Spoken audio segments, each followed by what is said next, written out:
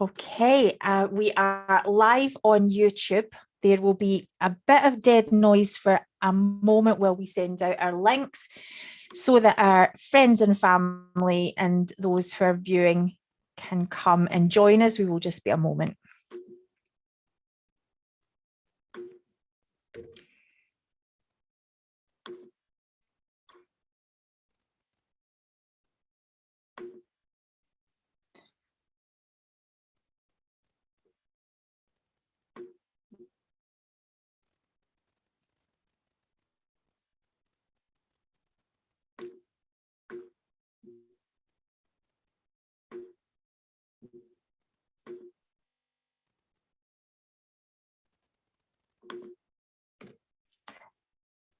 Okay.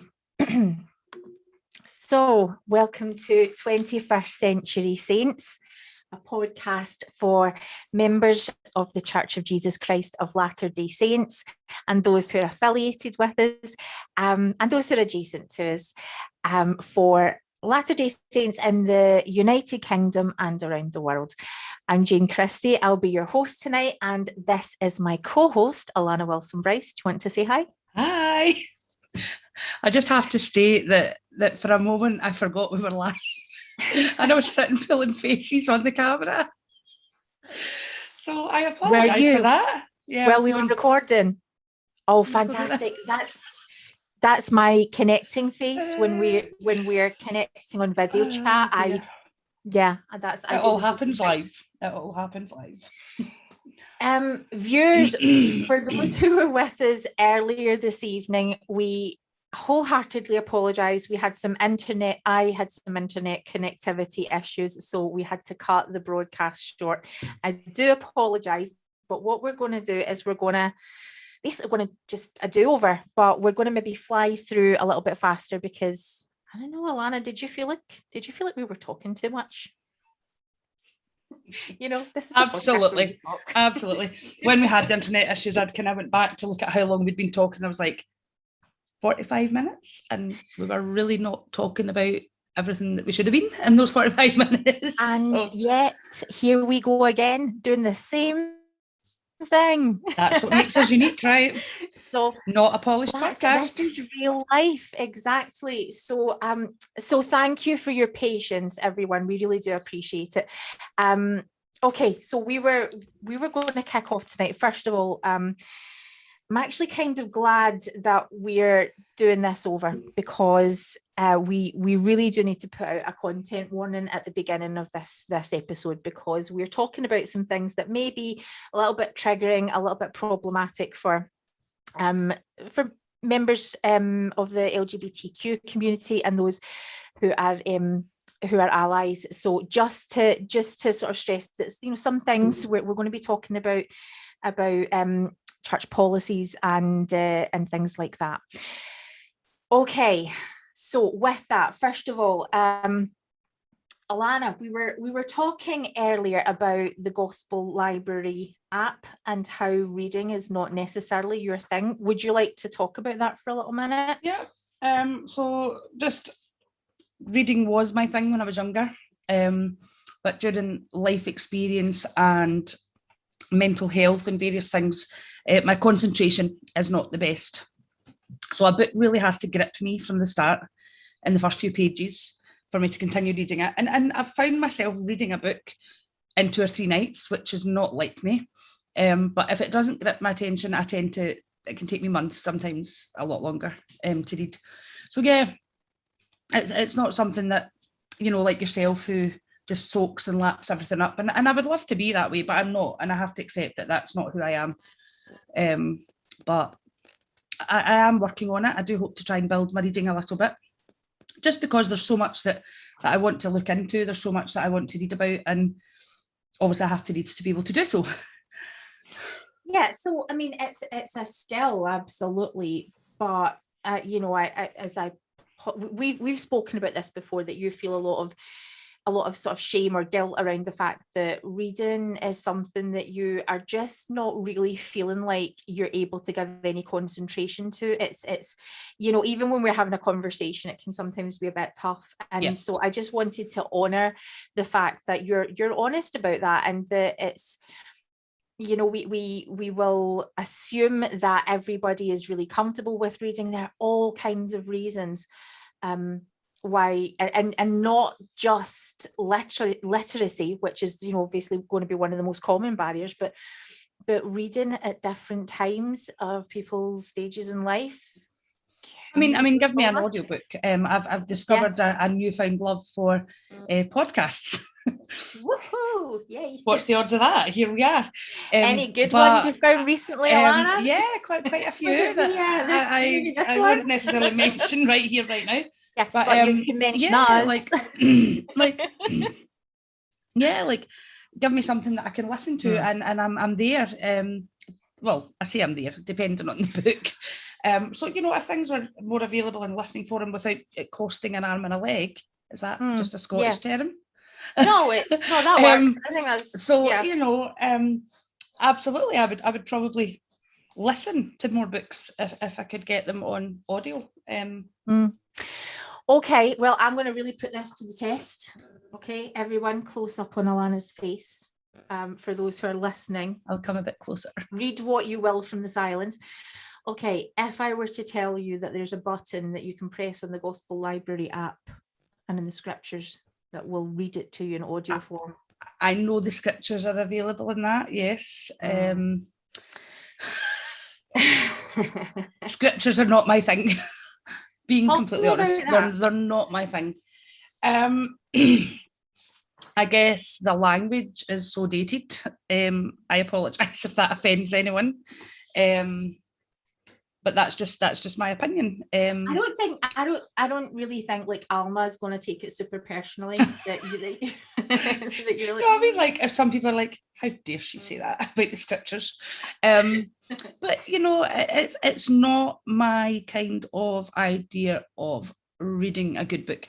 And it's like I say, I've always been open and honest in regards to my scripture reading, my praying, not up here on that. Is that probably why you describe yourself as taking a step back from the church? Is that why you've taken a step back from the church, because you ain't reading your scriptures? No, most definitely not. I think a lot of people would possibly say that that's why I'm in the place I'm in, because I'm not reading my scriptures, because I'm not praying. I pray in my own way. I don't do the whole formal Dear Heavenly Father. I talk to God as I would talk to my dad, for instance. I have a conversation, like I'm having a conversation with you now. And I still think God hears that, and I think he accepts it. And that's just, if you truly believe in God, you know, he knows us. He knows what we struggle with. He knows what we're good at. And so he accepts his flaws and all. So we could probably subtitle so many episodes of this podcast and live stream as Alana's guilt. So because we're going to reference it a lot, because we have had so many conversations about how Alana does pray, and Alana does have so many favorite scriptures that she will, you know, use whenever you feel it's appropriate. Just, you know, sometimes I think we just associate, you know, you should be reading with guilt. And so you know, because I know you, I can say I know you read your scriptures, I know you connect with the divine, and I think you're doing all right. So moving along here to what we're talking about tonight, and we're talking about the Gospel Library app. Gospel topics essays. Alana, there are gospel topics essays. Did you know? Can't give a time scale on it, but no, I wasn't aware until you told me a while back. Yeah, and most members of the church don't know that they exist. So even fewer have actually read them, even just a few of them. They're not always super easy to find. And so not only do we have the gospel topics essays, we've also got gospel essays. We've also got church history essays. There's a few categories there. There's a lot to it. But tonight we're going to talk about a specific category in the Gospel Library app called Life Help. And in the Life Help section, we've got lots of different categories, from self-reliance, abuse, addiction, to family, finances, grief, pornography. And tonight we're going to talk about two specific, possibly three specific sections of Life Help. And the second one we're going to focus on is trans issues. So it's called Transgender. Now, I think the fact that there is, can I just say, the fact that there is a section on the church Gospel Library app for transgender is incredible.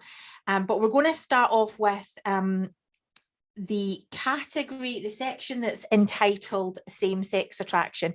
Now, I'd asked specifically for Alana not to go ahead and do some homework on this so that we can have some live reaction. And we're not going to, there's a lot to this, so we're not going to read through it all, but we'll just kind of get a sense of what's going on with this. So first of all, I guess I want to ask, you are an LGBTQ ally. I'm a member of the LGBTQ community, but I have a lot of privilege within that community in that I'm married to my husband, that we, I have callings. I don't have the same challenges that most within the LGBTQ community have. So I want to acknowledge that we're speaking from a place of privilege. And this, do you think, as in your position as an ally, would you be recommending someone goes to the Life Help section and checks out, have a read at this? I guess I'm not the best person to talk about that because I haven't read them. Do you think you would recommend someone who you love, who's a member of the church, who is gay, to read the, would it come to the front of your head, church is the place to find resources? Absolutely not. Absolutely. If I want to be 100% honest, and I guess I do have a little bit of a tone behind my voice, but absolutely not.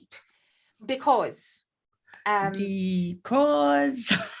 love how you just put me in these on the spot moments, because I find,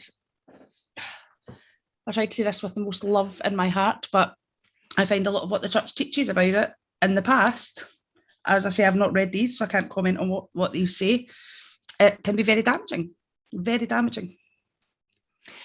and hurtful and painful and all the other things that go along with it. I think it's so clear to hear the pain as you say that. So this is coming from your experience of having family members and seeing the impact that has.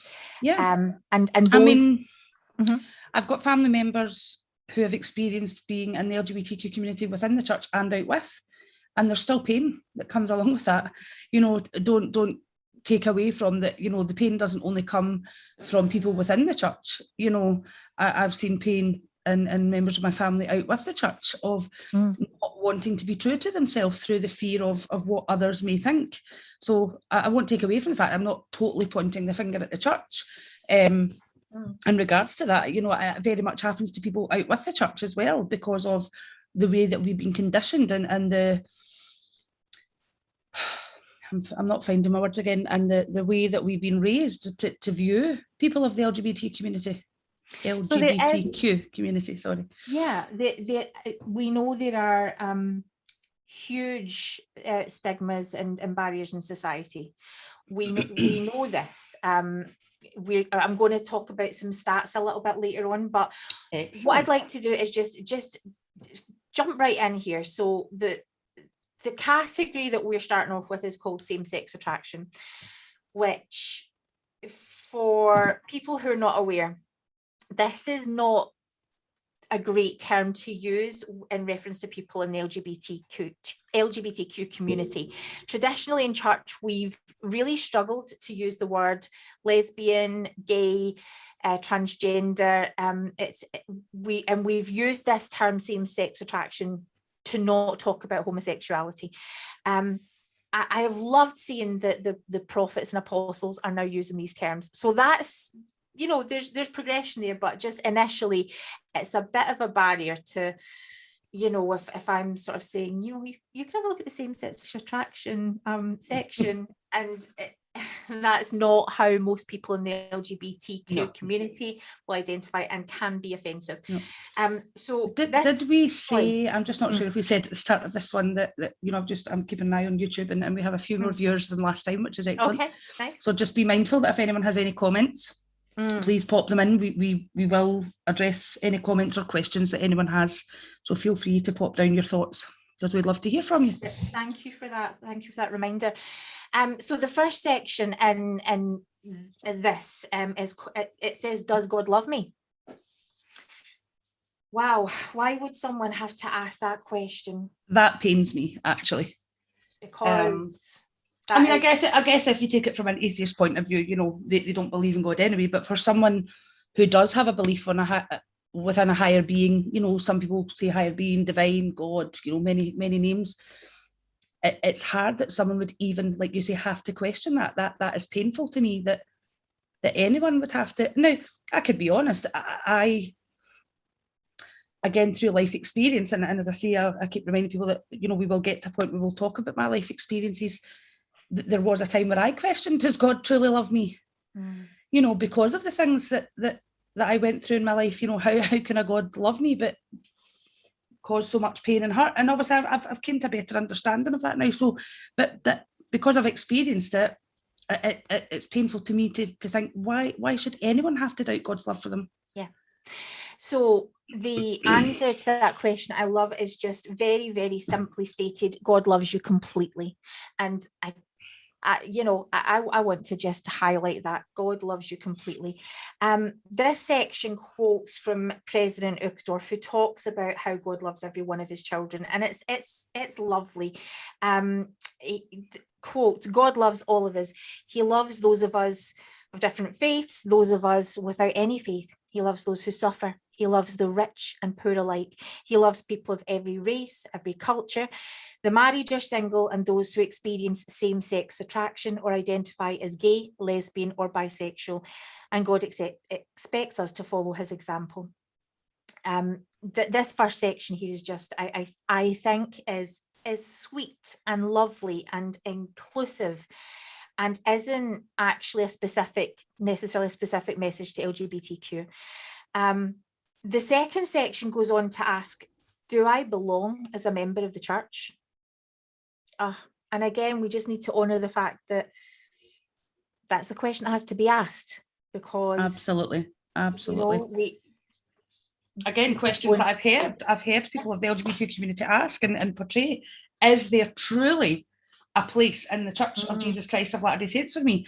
And even with what they get taught, they still question that. But is there a place? Is there a place for me? Well, the answer here is there is a place for you. And again, I want to underline that. There is a video from Elder Christofferson, which we're not going to go into here, and another quote from L. Whitney Clayton. Now, I want to read this because I think it's lovely. "I now speak directly to church members who experience same-sex attraction or identify as gay, lesbian, or bisexual. We want you to know that we love you. You are welcome. We want you to be part of our congregations. You have great talents and abilities to offer God's kingdom on earth, and we recognize the many valuable contributions you make. If any of you are unclear about where the church stands on these issues, we invite you to take the time to view the material published in this section on the Gospel Library app. Prayerfully seek the Spirit to provide the answers you seek, and be assured that God loveth his children." Close quote. Isn't that beautiful? But we have to. There is a but. There is a, well, yeah, because for me, certainly there is a but. So we're really clear. The church teaches that you are welcome, that you are loved, that you are needed in this congregation. So, the question has to be, where are the LGBT community? Are they there on Sunday when we pitch up to church? Absolutely not. So again, I'm going to ask a difficult question. Is that on those members? It's your choice not to attend. You'll just want to go spin. I would absolutely say no to that. Many people would say the opposite and say, yeah, well, it is your choice. And I guess to a certain element, that there is an element of choice there for everyone. I've made that choice to be at church or not be at church. Well, just to make clear, so when you say many people would say, what is being made really clear is the church's position is you're welcome. That's it. So many unfortunately, people, that's not what's the word I'm looking for? What the lived experience is. That's not what the lived experience is within the church from the members, unfortunately. So if we then go on to look at the question, how can I participate? Now, okay, so I'm going to just quickly skim over this quote that's from the old handbook. I think it's from the old handbook. If members feel same-sex attraction and are striving to live the law of chastity, leaders support and encourage them in their resolve. These members may receive church callings, hold temple recommends, and receive temple ordinances if they are worthy. Male members may receive and exercise the priesthood. Close quote. Now I'm going to just stop there because this next section is problematic. So just again, I'm going to hold up that trigger warning. So Alana, if you, as a single woman, as an independent parent in the church, you covenant to live the law of chastity. This is super personal. Oh my goodness, I feel like your bishop right now. You've covenanted, you would be right? an amazing bishop. Oh, did I just say you that? You don't have to answer that. You're like, no, you can keep covenants, Jane. None of your business. Seriously though, okay, so that's as a covenant keeping person that the law of chastity is, it's part of that covenant. How is it different for you than it is for another member of the church who's gay? You both just have to live the law of chastity, right? I'm always wary of answering things in case I say the wrong answer, but in my experience, there shouldn't be any difference. The law of chastity, if you agree with it and you covenant to keep that law, it shouldn't matter whether you're single, LGBTQ, the principle's still the same. But unfortunately, for LGBTQ, when it comes to the marriage part of it, well, so like Richard said, they then have to live a life of either celibacy or, kind of walk away from the church to live that experience, And so the difference is then is hope. And again, I just restate that trigger warning that I hadn't considered as a member of the church. One of the things we're referring to the fact that a few days ago we got to have a great interview with Richard Osler, so that's our previous episode if you want to go check that out. But he has a wonderful book called Listen, Learn, Love, and one of the experiences that he had shared is common amongst LGBTQ Latter-day Saints is the idea that, if I have no hope for right now, if I have to live a life of celibacy, that what often can come along with that is then somehow in the next life things may look different, and it can lead to suicidal ideation that, well, the sooner I die. That then is fixed. How horrific. And I am so sorry for the pain that has caused and continues to cause. I am so sorry. I cannot imagine. So I do want, though, because I think the discussion is really important, to talk about this next section from President Gordon B. Hinckley. We love them as sons and daughters of God. They may have certain inclinations. This is the second time I've tried to read this and I'm really struggling. Do you want me to read it? There I go. Right, so where were we taking it from? Sorry, just so I can check that I'm on the right paragraph. President Hinckley's quote. President Gordon B. Hinckley stated, "We love them as sons and daughters of God. They may have certain inclinations which are powerful and which may be difficult to control. Most people have inclinations of one kind or another at various times. If they do not act upon these inclinations, then they can go forward, as do all other members of the church. If they violate the law of chastity and the moral standards of the church, then they are subject to the discipline of the church, just as others are." Ouch, right? Yep. Would I send someone to go look at that who's in the LGBT community? No. Oh, inclinations. Oh. Do you think we can just leave that there in its pain with no comment and just I just think that again, you know, I respect that the church are trying their best to have a better understanding and to use better language, but I think there's still a lot of room for improvement there. Well, we're quoting, you know, back whenever we were talking about how previously when the church didn't like to say gay or homosexual or lesbian, and we're now doing better. So we're reaching back into our past to pull out a quote that, you know, if it had a better messaging behind it, okay, if it was stated with more empathetic terms, with correct terms, even then I'm struggling to sort of see how,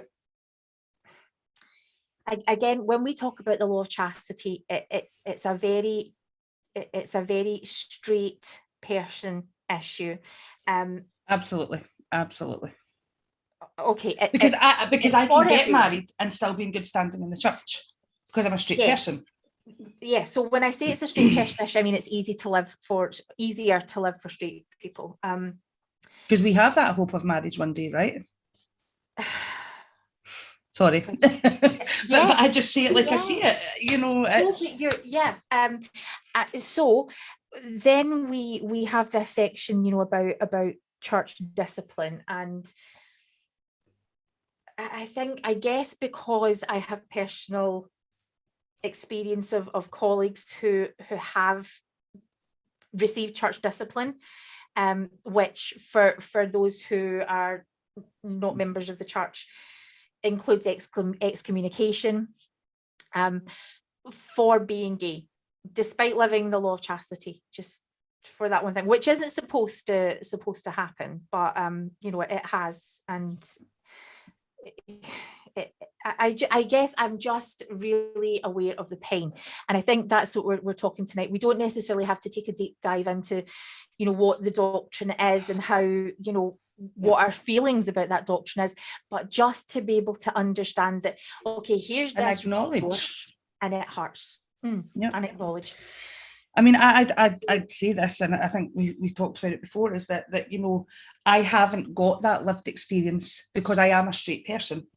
I have the experience of my family members who are in the LGBTQ community, and I am always very mindful that I need to think very carefully before I answer anything, because I would hate to say anything that would be wrong or anything that would be hurtful to anyone, because that would never, ever be my intention.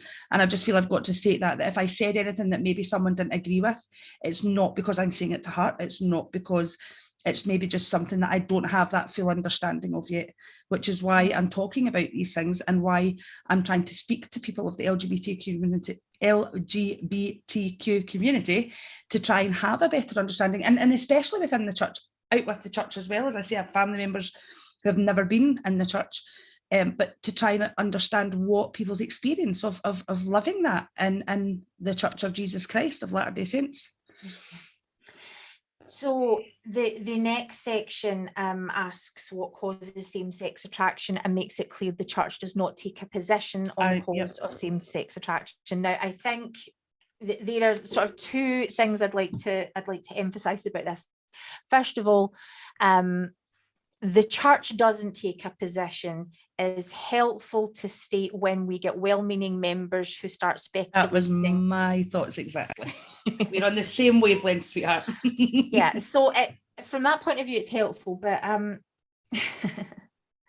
I feel like, so Alana has this perfect little 7-year-old. I feel like we could call your 7-year-old down from their beds at the moment and just ask, what causes same-sex attraction? Okay, maybe that's not the question we would wake your child up to ask. No, definitely not. I'm actually shocked that she's went to sleep so early tonight. Yeah, but it doesn't help that she was awake from 6 o'clock this morning for whatever crazy reason. You know, I because I'm aware that you guys have had these conversations in your family where Alana's child has family members who are gay and has asked questions. So, you know, how do you answer that? What causes same-sex attraction? I wouldn't have the answers to that. I couldn't. I mean, does anyone fully know? Well, there's genetics play a component. Absolutely. And I just believe God doesn't make mistakes. God intends you to be the way that you are right here in this life. Genetics, development, you know, there are lots of answers to that question. So to not take science. But could we say 100% what causes it? You know? Pretty much. Yeah, pretty much. Again, that's my... But that's my ignorance, I guess, in a sense that I don't know if there is 100% an answer to that. Something I'm willing to explore. what we don't get to see is it may be, and then start speculating on it, or that if we can say God doesn't make you, well, you don't get to say that either. So to say we don't know is helpful when we're sort of correct members. But yeah, there's lots and lots of science and studies on the subject. So I just wanted to throw that in there. Is feeling same-sex attraction a sin? The attraction itself is not a sin, but then of course we go on to talk about, you know, that it's acting on. I'm so sorry. I feel like the amount of pain behind the questions and answers in this section, it just really needs to be acknowledged. So yeah, this is not necessarily the life help that I would be looking for. There's a section that says, how can I talk to my parents or bishop? Well, Alana, do you want to give your thoughts on that before we read it? Can I just briefly, before, sorry, I got a bit caught up with the comments there. We have Charlotte who's saying, and it's a very valid point, what causes a person to be straight? Preach, Sister Charlotte. Absolutely. Very valid point. You know, I don't have the words to, but amen. Like, absolutely. Development, and yeah, if you want to bring God into it, God, yeah. So this is, but the church takes no position. So yes. Mm-hmm. When it comes to talking with the advice in this section here about talking to parents or a bishop suggests if you feel comfortable talking with a parent, another family member, or a church leader, consider sharing your feelings with them. Help them understand what you're going through so they can show love and support. If they don't understand what this experience is like, ask them to read through the church's resources on same-sex attraction, which we're reading through right now. This may not be an easy conversation to start, but it's important to get a dialogue going. Be patient with the people around you and remember that you're all learning together. If those you love have difficulty understanding or being supportive, they may need your help.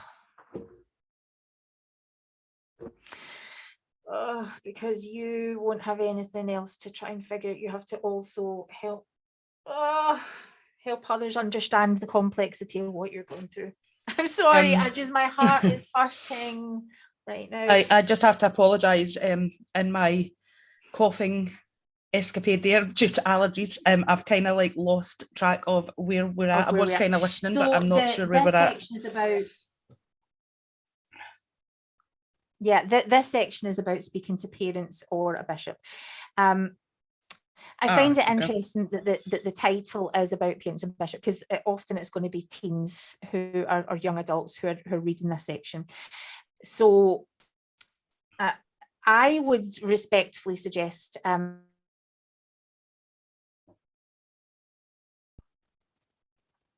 yeah, I think I've lost signal again. Yeah, so what I'm going to do is I'm just going to mute out just now and see if I can let you continue for a little bit. I think you're back.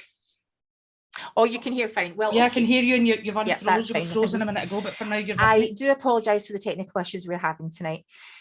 And again, with that, I'll apologise again for anything that you're hearing discussed that's problematic. Alana. No, I think we're losing Jane again.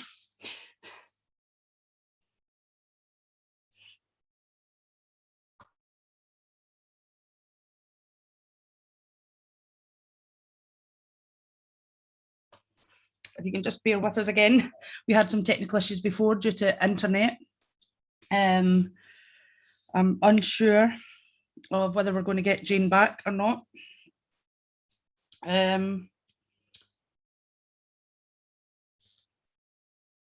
The joys of technology. Yep, we've lost her. So again, I do apologise. Oh, is she coming back? I see her popping up. Hello. I have returned. Oh, wow, she's back. Okay, so here, this is what is actually going on right now. I have a bag of chips. And when I have internet issues, it means I can shove them in my face and just make it look like. So there, that's the that's the lowdown. Technology is amazing when it works, correct? Okay, so I'm going to rush us past this because I want to just validate youth and single adults who are going to speak to anyone, parent or leader in the church, about how they may be LGBTQ is an incredibly complicated process that requires incredible amounts of support, understanding, and most importantly, listening. I'm hugely aware that someone who has privilege, who hasn't experienced anywhere near as much pain. I sailed through all of this stuff, and Alana is an ally. We are not. It's much better if we can amplify the voices of those who are in that marginalized group. So I just want to validate that it's really difficult, that if you're going through the things that you're going through, then there are organizations which are there to help and support. And the church is not always historically been the best at doing that. And it's great, we're working on it. Some of this language is really improving, but also it means historically when LGBTQ youth have come out to their parents, it's also been, not the experience that it could so easily be. I want to honour that. I'm also going to just move along and acknowledge that we have sections here in still under same-sex attraction for family and friends, for church leaders. There's some member stories and videos. So I just want to acknowledge that they exist. And like I say about just about every single subject within this church, it's complicated. So please just treat it with caution. We are going to post some links to some useful organisations which will help. But I think finding people within the LGBTQ community is probably one of the most helpful things. Now, there's an amazing organisation called Affirmation, which do incredible work for LDS, LGBTQ teens. So, and I'll go like, so we're going to be having a chat with Affirmation UK over the next couple of weeks. So I would encourage you, if you have questions, to reach out there. We also, within the within the 21st Century Saints community. We have lots of members of our community who are in the LGBTQ group. So if you do have things that you would like to know, please do send us some messages or comments, and we will make sure they're passed along, and that they're treated with dignity and the sacredness that they need to be treated with. Well, I think it goes back to what Richard Osler said. He had written down and typed up all his ideas of what the LGBTQ community was, and he realised that he had to scrap all of that. He says, I deleted it all because I had to learn about it from the people of the LGBTQ community, because who better to find out all the answers to these questions than from people who are living that experience themselves. Yeah, absolutely. So before I go on to talk about the next section, I feel like there's a bit more hope, just so that because this has been, I think, quite painful and difficult. Still not perfect, but there is, I feel like there's more hope with the next section. So before we go there, I want to read some key stats from a group called Stonewall, who do incredible work again in the LGBTQ community in the UK, and specifically talking about transgender issues here. I just want to share this. More than 4 in 5 trans young people have experienced name calling or verbal abuse.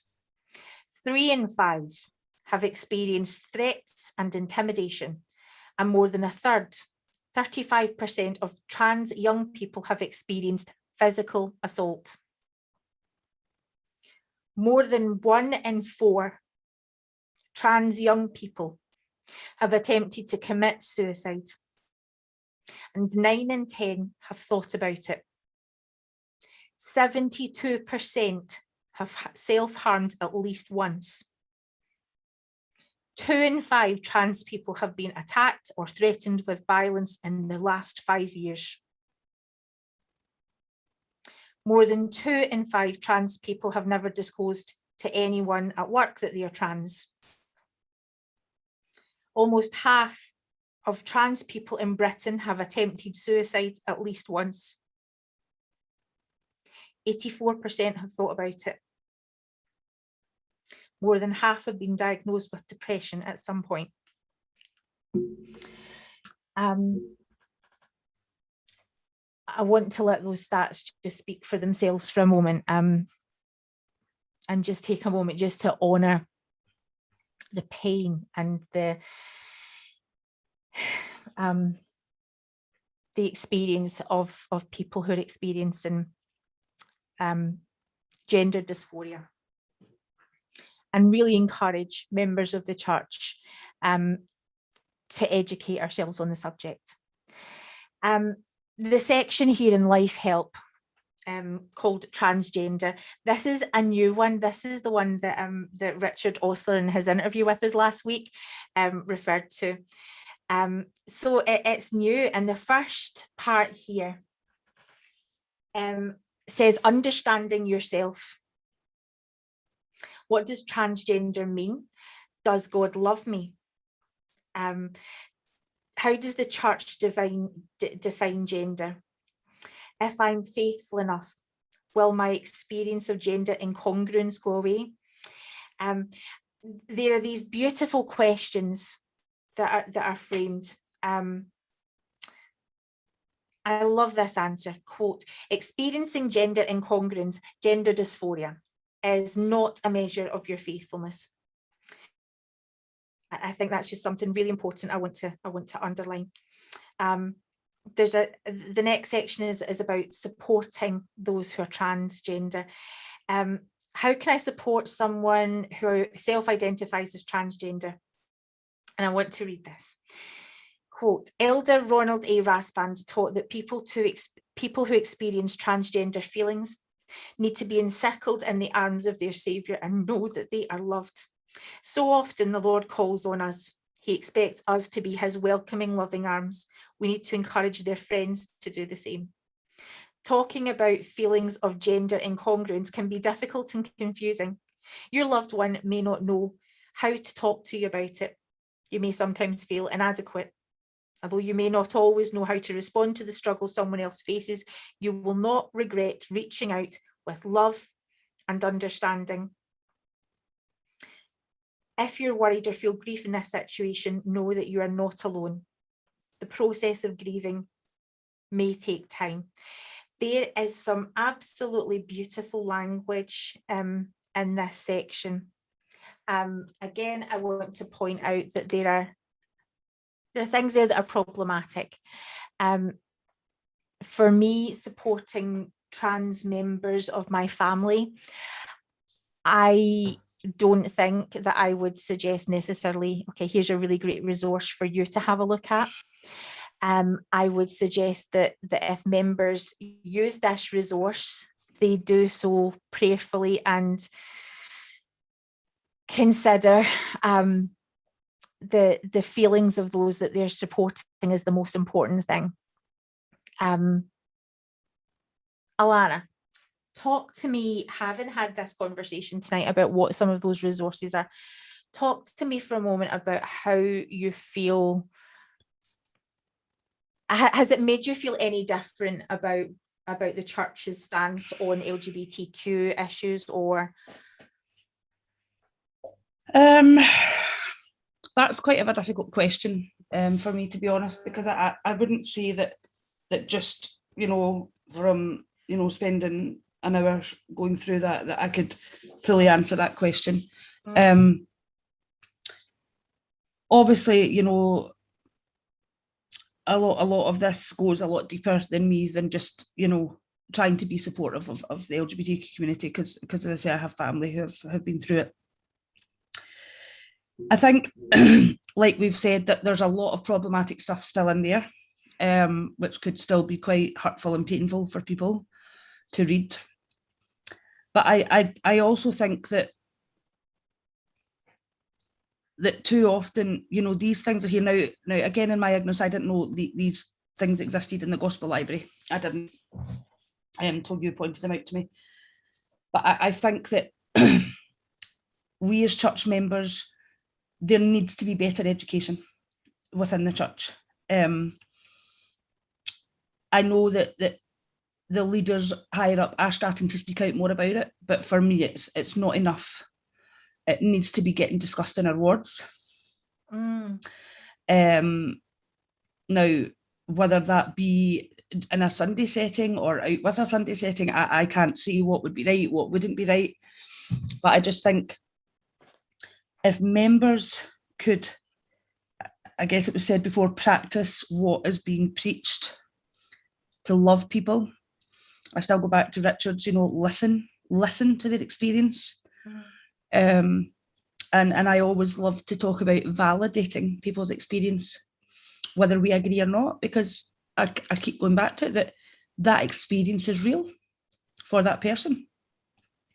Whether it be LGBTQ community, whether it be someone in a faith crisis, whether it be whatever the situation, it is wrong of us to not allow people to feel validated in how they feel, what their experience is. Can I jump in and ask, do you think, there's a couple of things I would really like to add before we wrap up, but up until this point, do you think there's anything that we've discussed tonight? Now, it's you're one of the cool church, affiliated people. We know we can have conversations with you about anything, but is there anything in this conversation that if we were to be talking about it in Sunday school or in a Sunday official church setting, that it would be difficult? Like, do you think that, is there anything that would be considered inappropriate? Do you mean for church members? That we've just been discussing. In my opinion, it shouldn't be.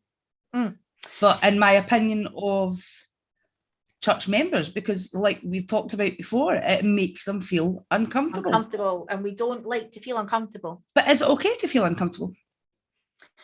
Because absolutely, we have to, well, exactly, because we don't go to church to congratulate ourselves and how wonderful we've got all of the answers and we know where we're going. Let's all congratulate ourselves.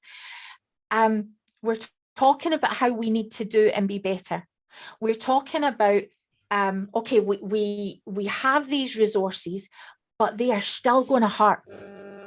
That even though we are seeing progress, that the progress still has a long, long way to go before I, as a parent of a trans teen, would feel comfortable sharing that with my child. That as a friend of trans colleagues and people that we love, that I know it might hurt you, that it's okay for us to be in a place where we can say, okay, this is the church's position, and it hurts. And for that just to be, and that be okay, because we can still love the Lord and we can still love each other.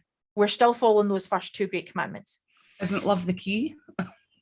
As you say, the first two commandments. Isn't it? So what I wanted to share, and I really am praying that there's a friend of ours who I know is listening, and I wanted to share this experience. I remember this particular wonderful, beautiful trans woman was visiting with us, and we'd been talking about what would be the experience. If we're saying that you're welcome here, what would be the experience if you were to come to church on Sunday with us? And someone else in the room had said they would close the door in your face. And I remember being so offended. First of all, can I just apologize to our friend, because you didn't need to hear that in the first place, even though it was sort of trying to be supportive, and it's not something that you needed to hear. So I'm sorry that happened. However, despite the fact that the person who had made this comment was sort of saying it like, it's not good enough, we are not doing good enough, that this is what other people would do. I was so annoyed, because I thought, how dare you say, I know who these people are on Sunday, I know who my ward is, they're wonderful. That wouldn't happen, would it? Would it? Oh, what if that happened? And so about a week later, I remember, and I'd been walking around with this sense of, do I really know these amazing people? What if you're not safe in our hands? And I'd sat down with our bishop, who is just wonderful. And I remember, just having that conversation when I had shared that, that this had been said to a trans friend, that we would slam the door in your face. And I remember the look in our bishop's eye just change from maybe, I don't know, from listening to probably the same reaction that I had. Like, of course we wouldn't. No, well, would we? And we want to say that you'll be welcome. We want to say not only you'll be welcome, but there's a place for you, and that you are loved. But not only is my fear that the doors are ones that you would have to open by yourself, but actually that they would be closed to you by others. I am so, so sorry for the times that we are not good enough.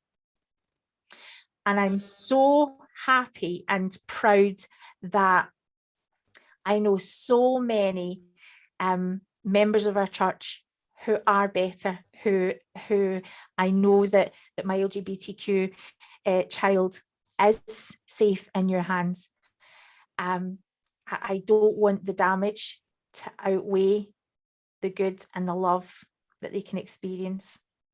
I just wanted to share that and just honor our friends, because you've taught us so much. Thank you for sharing that. Just going back to, I'm just having a look at the comments. Nemo, who I believe is our lovely friend Douglas. Nemo! Everyone go follow Nemo. Going back to when we were talking about feeling uncomfortable in the church, he comments, discomfort brings growth. And I love that. I love that. We need to toughen up as members and confront the realities that make us uncomfortable. Let's preach it at the pulpit next time we're there. If we did that with everything that made us feel uncomfortable, can you imagine the people that we would be? Oh, beautiful. Yep, for sure. It's a very difficult subject for me to talk about. Again, not because of personal pain. It isn't about me. This is about the people we love, the people, like you always say, have names. You know, and I just want to say that I love you guys, you know, no matter where. I love everyone. You know me, I've got a loving heart. Not to blow my own trumpet, I keep saying that, but I just love you no matter who you are, what walk of life you come from. You know, you deserve to be loved. And I don't have all the answers. I wish I could. Oh, here I go again, the tears. I wish I could make it better for you. I wish I could help people to see better what we need to do better. I always talk about not having that safe space within church to do so. And I still stand by that. And I hope that I can get the confidence within me to feel that I can just eventually say, no, this needs to stop. This needs to change. But by doing what I'm doing right now, and I feel it was very inspired through Jane, by God, that we are doing this podcast to talk about these things. And I just really hope and pray that any members, even non-members listening, because, you know, it's like I say, it isn't just an issue within the church. There's still stigma. I mean, there's still stigma by mental health. There's still, you know, all these things that people struggle to come to terms with. But to anyone that's listening, just please learn and listen. Like, I can't keep reiterating Richard's book. Just listen to people's experience, feel their heart, feel their pain. I feel that pain. Some people may think, how can you feel our pain when you're not living it? But as we've talked about before, that's a gift that I feel I have. That I feel that pain for you. And I really want to fix it. I think we need to fix it. But I love you. I'm here for you. I support you. I stand with you. And my inbox is always open, always open. I'm going to stop there, or the flood works are going to keep coming. What I wanted to share was that just to sort of make people aware that Alana's had her own sort of battles, and I know you're going to speak about mental health, you know, one of these points, but part of Alana's mental health condition is to hyper feel, and so if someone is experiencing pain, Alana experiences it physically and emotionally in a very acute way. So I just wanted to sort of, you know, just explain a little bit about that. But what I wanted to sort of close up with that little bit of hope, and I know that this was alluded to the other night in the previous interview with Richard Osler. I was reading it again today, you know, looking at these stats from Stonewall, and when LGBTQ teens, people are referred to by their preferred pronouns, when they are supported and loved, those statistics of suicide, of self-harm, of violence against them goes right down to comparable with people who are not part of the LGBTQ community. How powerful an action to acknowledge and to just be a good human, right? Just be a good human. So I wanted to share that is, we can do that. We can do that for each other. So thank you so much to our trans family. You guys are perfect and have taught us so much. Thank you to our trans friends who have helped us gain the skills that we've needed to support our family members. Not only have you navigated everything that you're going through, but you also took the time to teach us. Bless you for that, and bless your journey. My call is, as Alana said, for us to listen and to care. My call is for us to do better. And so I have a lot of hope that if we can be better, we become a better church. So yeah, that's, I guess we're going to get ready to sign off tonight. Alana, is there anything anybody needs us to talk about or share from comments? Are we all good? I've got so caught up with YouTube that I forgot to check Facebook this time round. So I'll just have a little quick look. I think we are pretty okay. Charlotte just says again, I just wish more of the church were like you too. So thank you very much for that. Oh, our Lan's thank you, there. Charlotte. We love you. Hi, Lan. Hey, Lan, we love you. And Leon, of course. Obviously, I can't tell. It says there's 6 people watching, but I can't tell who everyone is, obviously, without them commenting. And some people may want to remain anonymous, and that's okay. So if we've been clumsy in any of our wording tonight, we do apologise. We are still learning and growing too. If you have any questions, any comments, if you want to speak to anyone, if you feel like this, any of these issues apply to you, and you would like to be put in touch with someone who can help, we will absolutely do that. Like I say, we have an army of supporters here who are part of the LGBTQ community. We'll also put some links up to Affirmation, to Mermaids UK, which is a great organisation for trans kids and teens.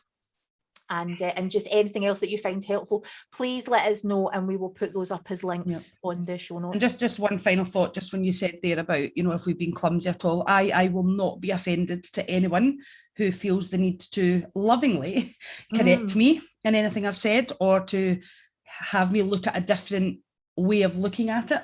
I'm open to that, because as I say, I don't have all the answers. I'm still learning myself. So I'm totally up for a different experience or a different thought to mine. Again, as I say, my inbox is open. I am under the name that is on the screen on Facebook, Alana Wilson Bryce, and I am open to messages and supporting all of you. So everyone, thank you so much. We will be back live next week, hopefully with fewer technical issues. We do apologise for all of your patience tonight. Thank you, my wonderful co-host, and thanks to all our viewers. And remember to be good and make good choices. We'll see you next week. See you next week, guys.